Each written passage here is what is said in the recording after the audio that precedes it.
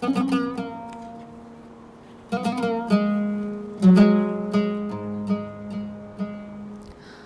و دڵزار دڵ دڵ دەڵێ دڵزار لە بۆچی سینە کوورەی ئاگری بۆچی فرمێس کرد بە سروەی بەحری ئەبیەز ناسڕی بۆچی داری غەم بە تەوری کەیف و شادی ناگوڕی بۆچی بەرگی زیلەتت سەرتا بە خواردانە دڕی بۆچی ڕێگەی ڕەوشەنی ژینی بەرزدانە کری دڵزار ئەی دڵا بای بەحر و بەر ئەشکم وشک ناکاتەوە باخی ڕەنگینی فەڵەستین دڵگەشیم ناداتەوە کێوەکەی قودسی مقەدەس مەینەتم ناباتەوە حەسرەتی دووری وەتەن خوێنی جگەر دەخواتەوە نائیلاجم غەم دەخۆم گەس خەم لە بۆ خۆی ناکرێ دڵ باشە گەر تۆ ڕاستەکەی بۆچ ئەو غەمەت پەیدا کرد بۆچی لەو خاکی بەهەشتی کورد گەلت حاشا دەکرد بۆچی بە قسەی ناحەز و بەدخۆت وەها ڕیسوا دەکرد بۆچی سێرەی خۆت لە خاکی غوربەتات ونا دەکرد ڕابەری لای خۆت لە زۆر کەس ماهیر و زاناتری دڵزار گەر مقەدەر هات مرۆ بێهۆش و نابیناتە بێ 100,000 جار مرشید و ڕابەر بێ هەر گومڕا دەبێ ڕاستە ڕێژ بگرێ گەلێ جار تووشی چاڵی وا دەبێ دوو بەشی عومری لە ناویە بەختەکە و تونا دەبێ چەشنی مردووی دێ بەسەر هەرچەند بەدیمەن نامرێ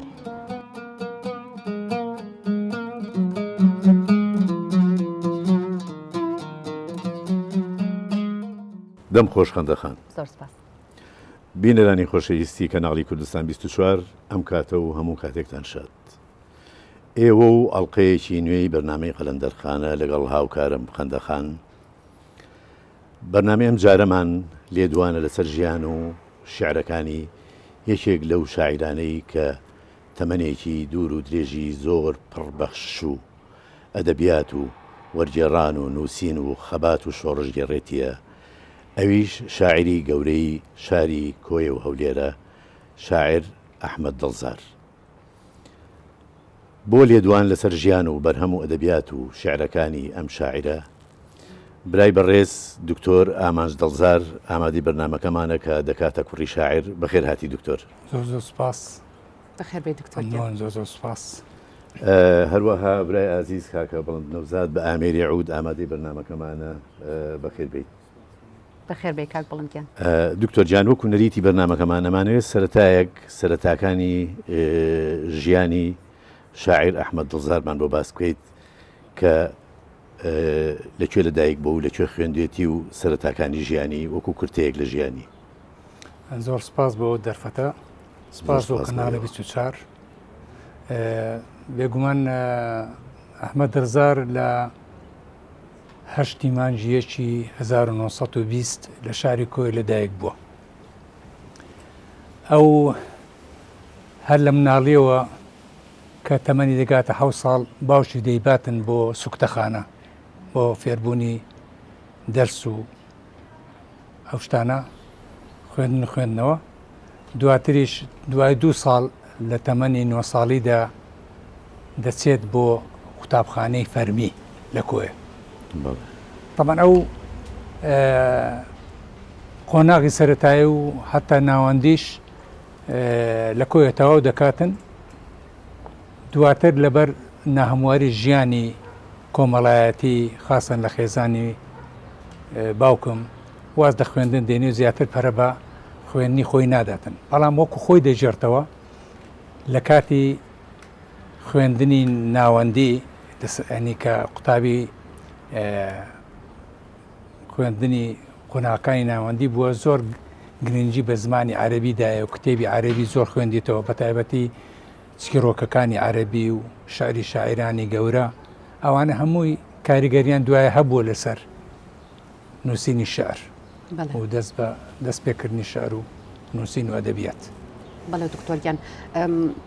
دیارە من ئەمەوێ پرسیاری قۆناغێکی زۆر زۆر گرنگ و زۆر زۆر هەستیاری باوکی بەڕێزت بکەم سەرەتای لاوێتی لە سوپادا بوو و بەشداریشی کردووە لە جەنگی جیهانی دووەمدا گەرباسێکی ئەم قۆناغەمان بۆ بکەی و گرنگی ئەم قۆناغە لە ژیانی دڵزاردا. بێگومان ئەو قۆناغا گرنجیشی زۆری هەیە بۆ باوکم چونکە لە ناو سنووری شاری کۆی ئەو دەمی دەچێتە دەرەوە ڕوو دەکاتە دوور مەودایەشی دوور شار و دیهاتی دوور لە کۆی ئەویش لە 1940 خۆی ناونووس دەکاتن لە سوپای لیڤی ئینگلیزی دەچێتن بۆ حەبانیە ماوەیەکی زۆر لە ماوەی 3 ساڵ لە ناو سوپای لیڤی دەبیتن کە لەو ماوەیەدا دەچن بۆ فەڵەستین دواتریش دەگەڕێنەوە دەچن بۆ ناوی منتیقەی کرماشانیش هەر لەوێش دواتر بە یەکجاری لە 1946 واز لە سوپای لیڤی دەینی و دەگەڕێتەوە کۆی. بەڵێ من ئەمێ شتێک باسکەم لەسەر ئەوە کاتی خۆی لە وتارێکی سەرۆکی ئەمریکا دۆناڵد ترامپ ئەڵێ میلەتانی ئەم ناوچەیە بەشداریان نەکردووە لە جەنگی جیهانی دووەمە. باوشیشم هەر بەو دەمی لەو ساڵانەی دوایی دەکە و دەمی دۆناڵد ترامپ سەرۆکی ئەمریکا بوو لە چاپێکردنێکی تەلەڤیزیۆنیدا توانی جوابی ترامپ بداتەوە کە وانە من یەک لەو سەربازانە بووم کە بەشداریم کردووە لە شەڕی دووەمی جیهانی ئەویش کە وجودی بوو لە ناو سوپای لیڤی. دیارە خەڵکی زۆر بەشداریان کردو بەڵام بۆ ئەم لە ژیانە ماوە لەو سەربازانە. دوای ئەوەی کە ئەگەڕێتەوە قۆناغیشی تر دێتە ناو ژیانیەوە ئەم قۆناغە کاریگەری زۆر بۆ لەسەری و تا پێم وایە تا کۆتایی ژیانیشی ئەو قۆناغی چینایەتی بۆ زیاتر هەستی چینایەتی و ڕزگاربوون لە دەستی ئیستیعمار بۆیە هەرزوو بیری چەپی دەکەوتە مێشکەوە پەیوەندی دەکاتن بە ڕێزەکانی حزبە چەپەکانی ئەو دەمی ئەویش حزبی ڕزگاری دەبیتن یان حزبی تەحەڕڕ دواتر ئەو حیزبە دەچێتەوە ناو حیزبی شوێی عێراقی دەبتە ئەندام لەو حیزبە هەتا کۆتایی ژیانی.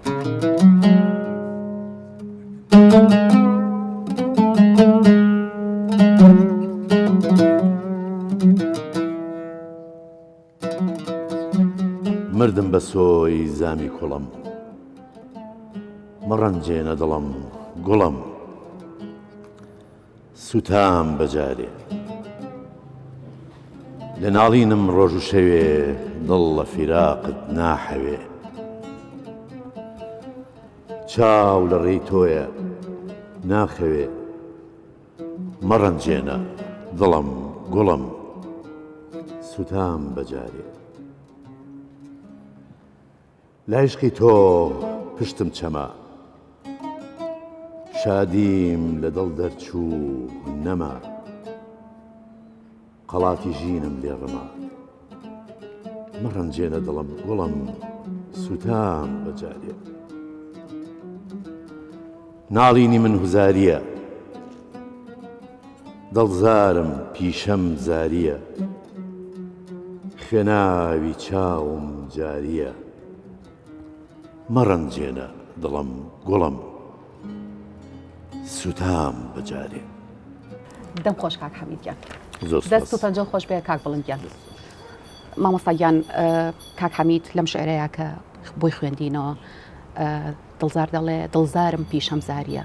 دیارە باوکی بەڕێستان لە ژیانیدا دووچاری زۆر نەهامەتی زیندان و تەنگ و چەڵەمە بۆ تۆ گەر بکرێ باسێکی ئەم ئازارانەی باوکتمان بۆ بکەی و چۆن ڕەنگی داوەتەوە لە ناو شعرەکانیتە. زۆر سپاس بێگومان باوکم هەر لە سەرتاوە کە دەبێتم بە ئەندام لەو حزبی شوێی عێراقی دووچاری گرتن و ئازادان و زیندان دەبتەوە هەر لە کۆیەوە دەست پێ دەکاتن هەتا زۆربەی شارەکانی کوردستان و عێراق دەگرتەوە بۆ هەولێر و بۆ بەغدا و بۆ کەرکووک و بۆ کووت و ئەوانە ئەو زیندانانی هەموو دیتیاتە دەگاتە نوگرە سەرمان. بێگومان لەو ماوەیەدا ئازاری زۆری چێشتێ و هەر لە ناو ئەو زیندانانشدا زۆربەی شعرە شۆڕژێرەکانی خۆی لەوێ نووسیوە و توانوێتی هەست و نستی خۆی دەربڕی بەرامبەر بە ئەو زوڵمەی کە لە هەم لە پارتەکەی دەکرێت و هەم لە گەلە ئەستەمکارەکەی دەکرێت. بۆیە دەبینین لە دیوانەکەیدا ئەو شعرانە بە زۆری ڕەنجی داوەتەوە کە سایش لە مەینەتی میلەتی کورد دەکاتن بە تایبەتی و لە وەکو دەڕێن طبقەی چەپ دەکاتن لە عێراق و کوردستان. بەڵێ دکتۆر کۆی ئەو جارانی کە گیراوە چەند جار زیندانی کراوە؟ کۆی زۆر جار گیراوە بەزەگە کۆیەکان هەمویان خەرکەینەوە سەر یەک نزیشی 10 ساڵ 11 ساڵێک دەبێتن بە کۆی گشتی، بەڵام هەندێک جار 3 مانگ و هەندێک جار 3 ساڵ و هەندێک جار 2 مانگ و 3 ساڵ و 4 مانگ و ئەوها کۆکراوەتەوە لە ماوەی ژیانی. ئەو گرتنەکەی لە 1947ەوە دەست پێ دەکاتن یەکەم جار کە لەسەر ئەوەی بەجواب دێتن لەسەر شێخ ئەحمەدی بارزان، گرتنی شێخ ئەحمەد و وهاباغی جندیانی و ئەوانە دەگیرێتن بۆ ماوەی ساڵێک، دواتری لە 48ەوە لە وەزبەی کانون و دواتریش لە ساڵەکانی 49 50 52 هەتا شۆڕشی چاردەی تەمووز بەردەوام. دیارە ئەوەی کە جێگەی سەرنجە ئەم زیندان و ئەم نەهامەتیانی کە بینیوێتی هەرگیز چۆکی پێدا نەداوە، نەخێر بگرە بەهێزتری کردووە و زیاتر بۆ گەلەکەی تێکۆشاوە. هەڵوێستی باوکم لەو لە شعرە شۆڕژێرەکانیدا دەنگ دەداتەوە، ینی دیارە کە مەبەستی چ بووە لەو زیندانیکردنی و لەو بەرپەرزدانەوەی حکوومەت و ناڕزایی بوونی بەرامبەر بە ئەو زوڵمەی کە لە خەڵکی دەکرێت. بەڵێ دکتۆر قۆناغیش تر هەیە لە ژیانێ لە دوای کودەتای 14 تەمووز کە لە عێراقا بووە و بڵێن ڕژێمی کۆماری دروست بووە، ئەمەش قۆناغێکی ترە کە لەوانەیە زیاتر بۆ ئەو لەبار بوو بێت کە بۆ یەکەم جار کراوە بە دەستەی نووسەرانی ڕۆژنامەی ئازادی لە بەغا. ئەم قۆناغەی شاعر چیتایە و ڕووداوانی ئەو قۆناغە لە ساڵی 1960ەوە دەست پێ دەکاتن کە ڕادەست پێدرێ بۆ ئەوەی کە ببتە یەک لە نووسەرەکانی ڕۆژنامەی ئازادی کە بەشە کوردیەکەی ماوەکو بڵێن ڕۆژنامەی ئەو سەردەمەی حیزبی شیوعی دەبیتن بۆ کوردستان. لەوێدا لە بەغدا لەگەر چەند نووسەرێکی تر لە کوردەکان دەتوانێت بۆ ماوەی نزیشی 2 ساڵ بەردەوام بێتن لە پیشەکەی و زۆر بە جوانیش توانیوێتی هەرکەکەی جێبەجێ بکات. بەڵێ دکتۆریان دەمانەوێت باسی قۆناغێکی گرنگی باوکی بەڕێستان بکەین، ئەویش لە دوای کودەتا فاشستەکەی 8 شوباتی 1963 دیسان دەربەدەرە بێتەوەنێ. ئایا ئەم قۆناغە چۆن بۆ لە ژیانی دڵزاردا؟ بێگومان ئەو قۆناغە بە بەلای منەوە وەکەوەی کە منیش ئەو دەمی لە بیرمەیانی کە چۆن چی ڕوویدایە لە 63 کە کودەتای بەعسیە فاشیستەکان دەبیتن،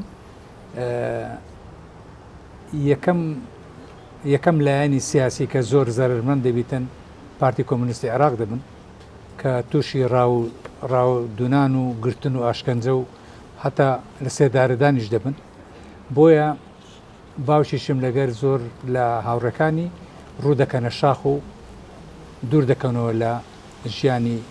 شارستانی وەکو دەرن شار و ئەو دەمی ڕوو دەکەنە چیای ئاوەگرت لە زنجیرە چیای سەفین لەگە هاوڕەکانی بۆ ماوەشی زۆر و لە شارەکەی مەشە من زۆر چاک لە بیرمە کە چۆن ماڵی ئێمەیان سووتاند هەڕەس قەومی هیچ فرێ هیچ شتێک نەکەوتین کە بینێ دەرەوە، بەس خۆمان پێ ڕزگار کرا و ئەو فترەیە کە بابم ئەو سەردەما درێژەی کێشە هەتا ساڵانی سەرەتاکانی ساڵی 1970 کە ئەو دەنیش گۆڕانکارێکی تکرە دەبیتن بەیانی 11 ئازار و دواتریش جەبهەی لەگەر حزبی شوێ لەگەر حزبی بەعەس و یعنی گۆڕانکاری سەردەمەشی تر دەست پێ دەکات. دکتۆر گیان دێنەوە سەر باسەکەمان گەر خەندەخان شعرێکترمان پێشکەشکە بە هاوکاری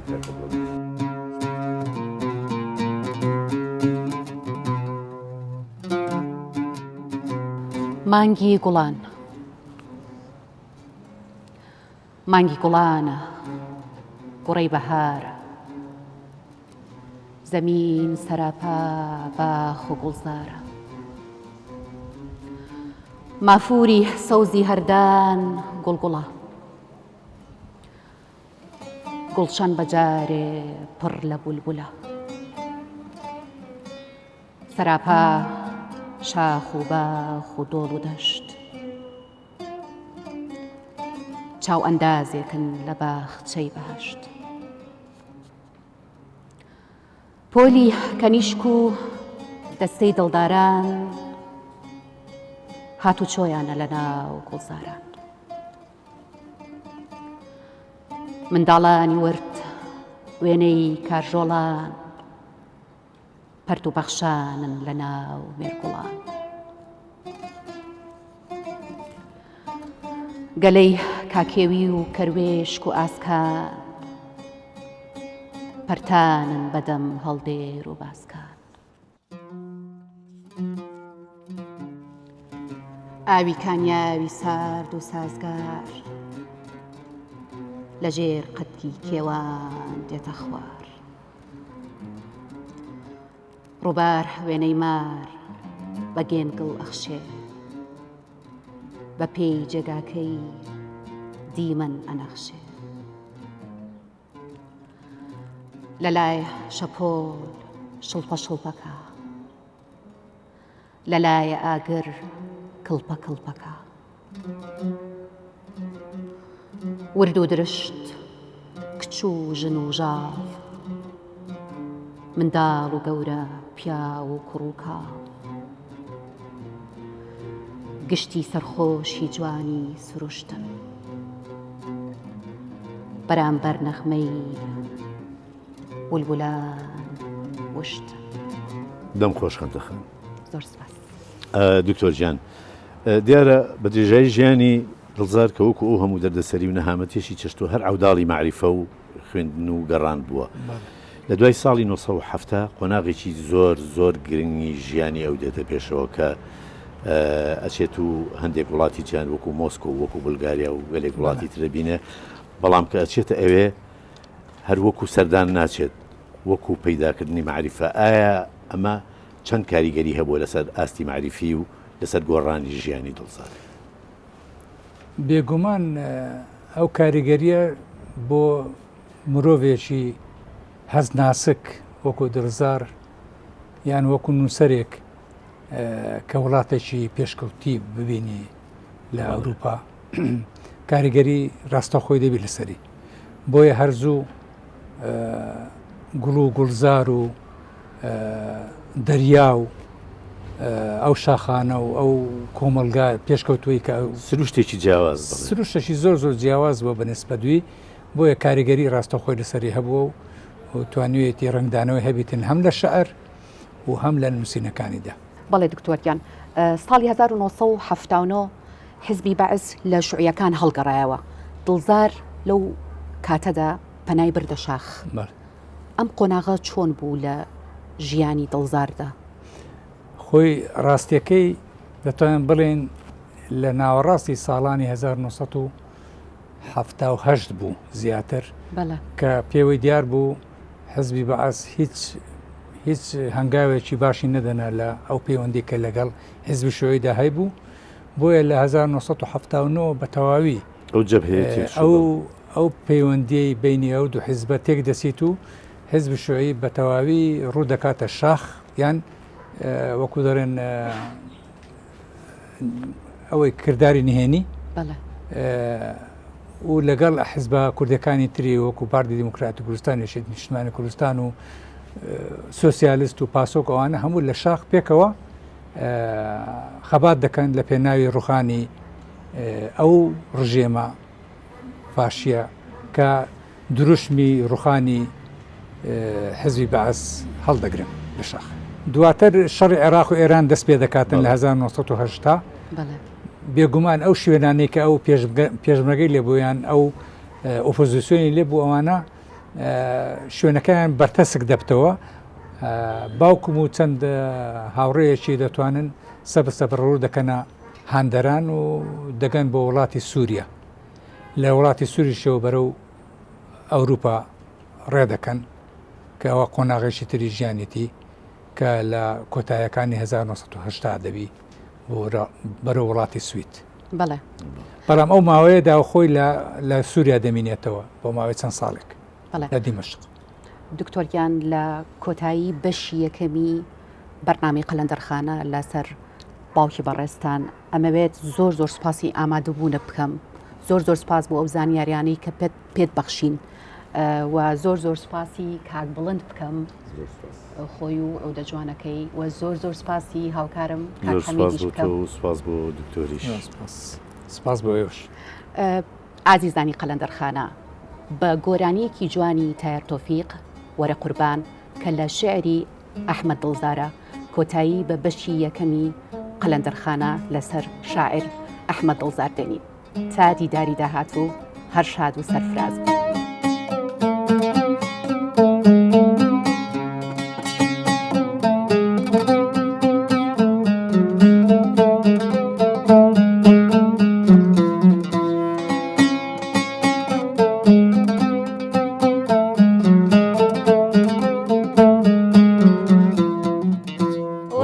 قربان آرامی دڵان سەوەرە نازدار وەرە قوربان، وەرە قوربان ئارامی دڵان، سەوەرە نازدار وەرە قوربان. عەقڵێ بردم شێتە کردم سوتام وەرە قوربان. عەقڵێ بردم شێتە کردم سوتام وەرە قوربان.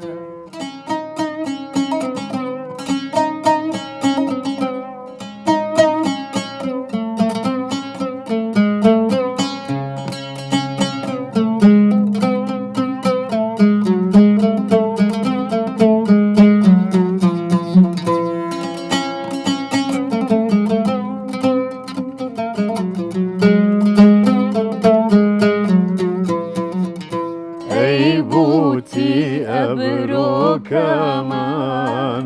ئەشوب و فتنەی جیهان، ئەی بوتی ئەبرۆکەمان ئەشوب و فتنەی جیهان، باعیسی دەردی دڵان قەبیزی ڕۆحی ڕەوان، باعیسی دەردی دڵان قەبیزی ڕۆحی ڕەوان. وەرە قوربان ئارامی دڵان، سەوەرە نازدار وەرە قوربان، وەرە قوربان ئارامی دڵان، سەوەرە نازدار وەرە قوربان. عەقڵێ بردم شێتە کردم سوتام وەرە قوربان. عەقڵێ بردم شێتە کردم سوتام وەرە قوربان.